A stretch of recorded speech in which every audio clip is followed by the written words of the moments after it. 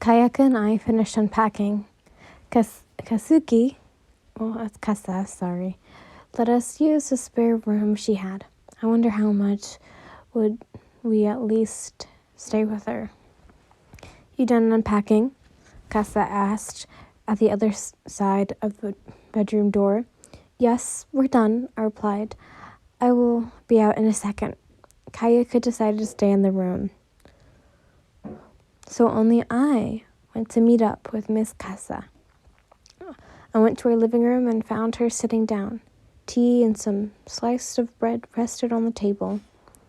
So, can you explain what brought you here? Kasa asked, motivating me to sit down. Spare me the obvious familiar drama, if possible.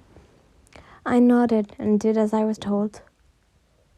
I had enough living my life, locked up in a luxurious room, judging and giving advice to people. So one day, I gained enough courage and left that place with Kayaka. I said, I was planning to travel around Japan with the money I saved, and why did you also took the kid with you? Kasa crossed her arms. He is your brother, or he is my nephew, but I see him as my adoptive son, I replied. My mother and sister, Kiri's mother, didn't exactly care about him. Mother worried about status and image, and my sister only cared about having booze and men, so I took him in with me. If I ever find happiness in the world, I'll make sure to share it with those who need it. Kasa hummed and nodded. Is that all? I shook my head. A train took me to a small town named Okitama, where I met this boy called Tanjiro. He lived in the mountains with his family. I felt my knees begin to shake. He was so kind and so was his family. They took care of me and Carrie and me for 4 months. It was all so wonderful. Kasa slightly listened to my story. Then, today, Tanjiro's family got murdered by a demon, and his sister became one. Tears started coming out of my eyes slowly. I went to the town with Kayaka to try and find help. There was people looking for me, and he told me to leave the town. And Tanjiro told you to leave Okitama? Kasa asked again, taking a sip of her tea. I don't even know that myself, but my mother always used to say it was the gods. I don't know, I sighed, but whenever I am in trouble or I don't know what to do, those voices help me out. I see, Kasa said. By the way, I said timidly, do you perchance know something about spells or magic or anything related to that kind of stuff? Magic? Spells? Why you ask that? Kasa tilted her head. When I found the demon who killed Tanjiro's family, I was chanting some strange things, and it scared the demon away. I said slightly shy. What kind of spell? Kasa asked, her eyes shone interest and intriguant. I don't remember it exactly, but it had something to do with breathing, God, and things like that. God breathing? Kasa breathed out. She seems to be in a deep thought. She kept silent for some minutes. I got worried. Miss Kasa? I know about breathing techniques, but I never heard about a God breathing one. She spoke up. What are breathing techniques? I asked. Kasa looked at me bewildered and hit me with her teaspoon. You created a new breathing style without knowing what it was, she scolded. Now, how did you even learn to maintain a constant breathing in the first place? I use all my breath a lot when swimming, singing, and when exercising. I stuttered, slightly panicked by Casa's behavior, and sang often, so maybe that can explain it. Is it going to rain today? Casa sighed and finally looked at me. You have a lot to learn, kid, but I will simplify it as much as possible for you. Yes, thank you, I said. Breathing techniques are different styles that demon-slaying swordsmen are able to perform in battle in order to hunt and exterminate demons. Casa began explaining. The 5 original ones are flame, water, lightning, rock, and wind breathing. Many more different breathing style techniques are delivered from the main basic ones. Take, for example, the breathing style mist breathing. This one comes from wind breathing. But from which of those does my breathing style come from? I asked. I don't know. Casa shook her head and sighed heavily. But a deal is a deal, so I will teach you all I know. But that's all I can do to help you. Mastering and perfecting your breathing technique is all up to you. Thank you. I smiled warmly at Casa. She scoffed and ruffled my hair.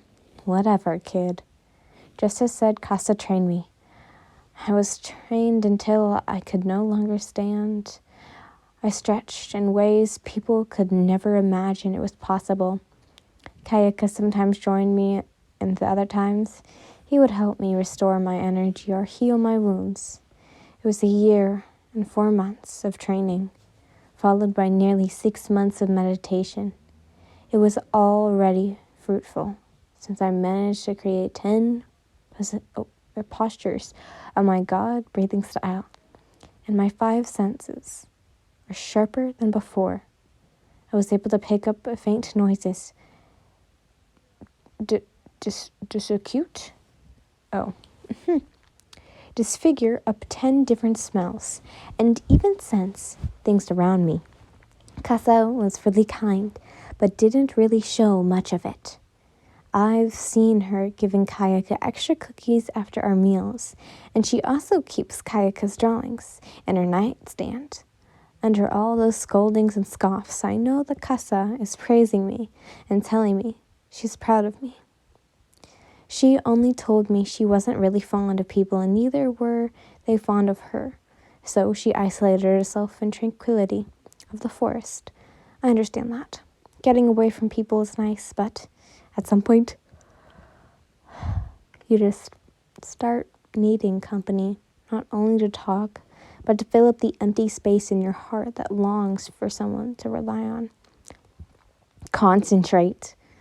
Casa placed another rock on the basket over my head, which already had 10 rocks. Closed eyes, calm breathing, tranquil mind. Yes, I winced. My neck lightly ached, and the basket wobbled slightly. Serenity, modesty, gracefulness, sharp reflections, cleverness. Casa slowly paced in front of me. I sensed her do so. All those things are exponential in a fine swordsman, including demon slayers. It's not the strength or the sword, neither the bloodline. If you come from an elite demon-slaying family, but you lack the fortitude fundamentals, you are utterly useless, even if your strength is 1 of 1,000 men. Never forget that. Yes, ma'am, I said. Concentrate. Casa lightly kicked my lower back, nearly making me lose my balance and make the basket on my head and off my hands fall. I kept breathing profoundly and steadily. As I was saying, mind always beats the strength, but a balance between these two must be precise. In the normal battle, one can win with only the mind and some tricks. But out there, where demons don't give you a chance to to breathe, you must have your stamina, endurance, agility, strength, and mobility. Demon Slayers live under the kill or be killed law after all. Slowly my back shook and went down. Kessa sighed heavily. Let's call it a day. I think 5 hours of pure meditation are enough for you today, she said. I groaned in satisfaction, throwing the basket somewhere. Hey, pick up your mess. Kessa scolded me and threw one of her sandals at me. I will be making dinner and you will help me out, so don't take too long with that. I picked up every basket and rock that was placed them where they originally belonged. Kayaka forced me, and I forced me to rest while he helped Kessa with dinner. Not long after food was ready, we sat down around the table and began eating. You have been mentioning Demon Slayers a lot, I told Kessa while eating my food. My training for Demon Slayers, that's why, Kessa said in a matter-of-fact tone. Am I going to be one? I asked. It depends on you, Yin, she replied. I only trained you. I never told you to become one. What do I have to do to be a Demon Slayer? I asked. Becoming a Demon Slayer is not a joke matter, Yin, Kessa scolded. I'm being serious, I said. I want people to hear and know about you. So what better way to do it than becoming a Demon Slayer? Kessa looked at me insolently. I glared back at her. Next week, an exam will be held at Mount Fuji. I'm going to butcher this name, but Fujisamayana? She said, it will be 7 days long, and most Demon Slayer absents that got to go don't make it back. This made Kayaka panic. He looked at me with fear-filled eyes. I will make it back. I believe in myself. I believe in your training, I said determined. Look, kid, you know you can leave and go back to travel around Japan and whatnot. Just like you planned. Kessa looked at me with a plain expression. This was one of those few times where she expressed something based, coldness or sarcasm. Why are you so stubborn on becoming a Demon Slayer? I will travel around Japan and I will exterminate.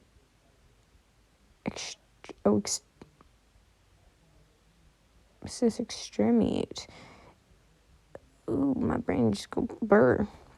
I'm just gonna say, deal with demons at the same time. I see it as a win-win situation for everyone and for myself, I reply.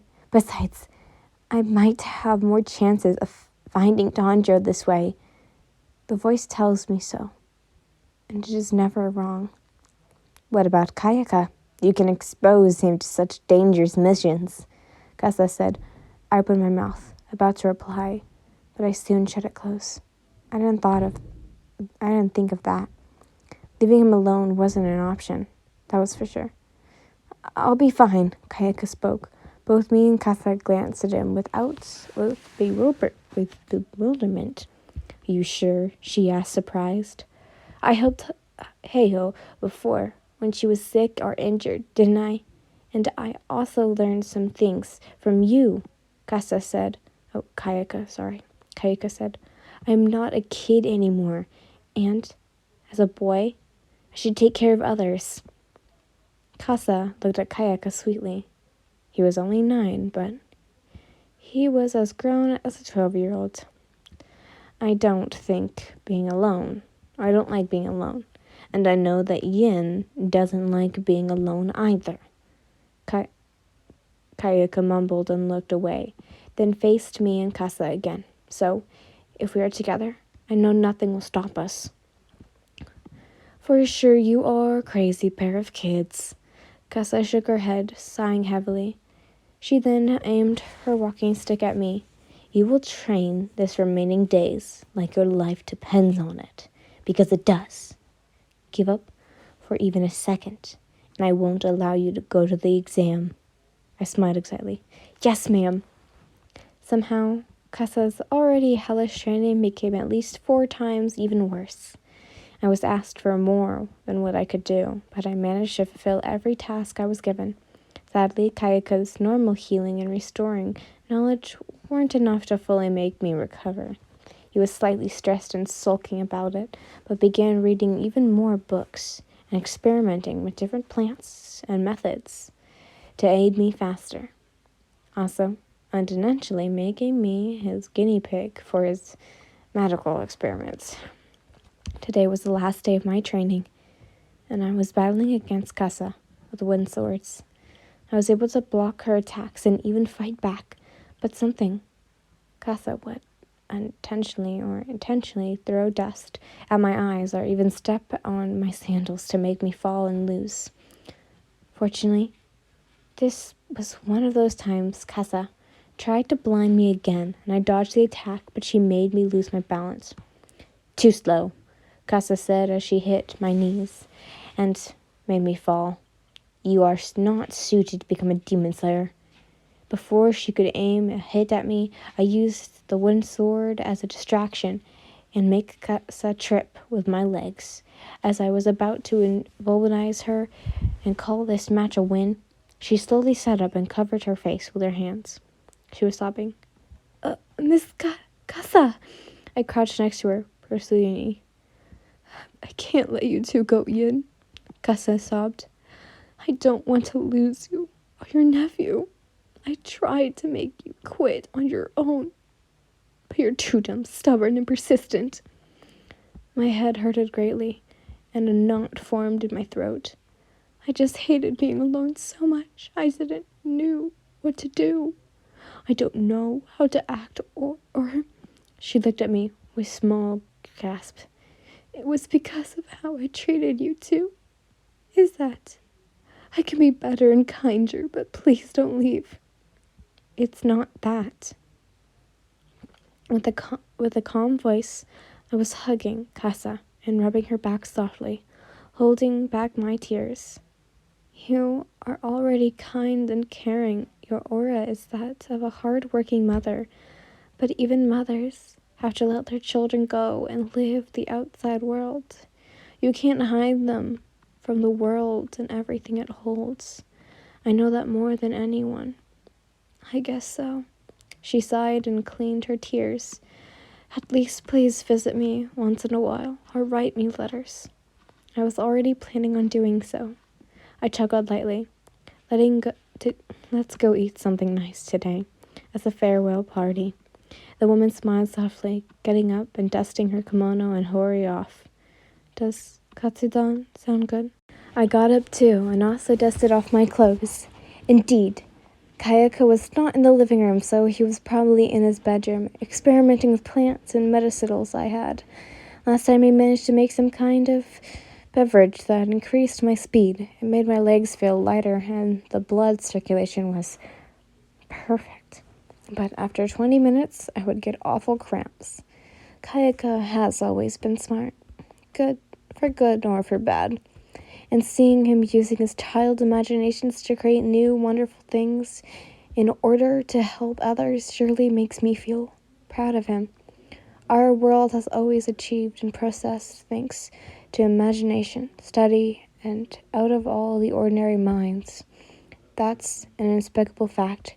The food that night was good and really flavorful. Casa smiled and laughed with us so much until she had some cramps in her face. Sadly, she soon ended our party so we could get enough rest for tomorrow. She tucked us in our futons and kissed our foreheads. I am so proud of you two, Casa whispered at me lovingly. I am truly grateful for having you kids around. Soon more people will arrive here and make you company, I said, closing my eyes and readying myself to sleep. I'll make sure of it to tell everyone about you. Casa was about to cry again, but she shook her head, kissed my forehead one last time, and left my room.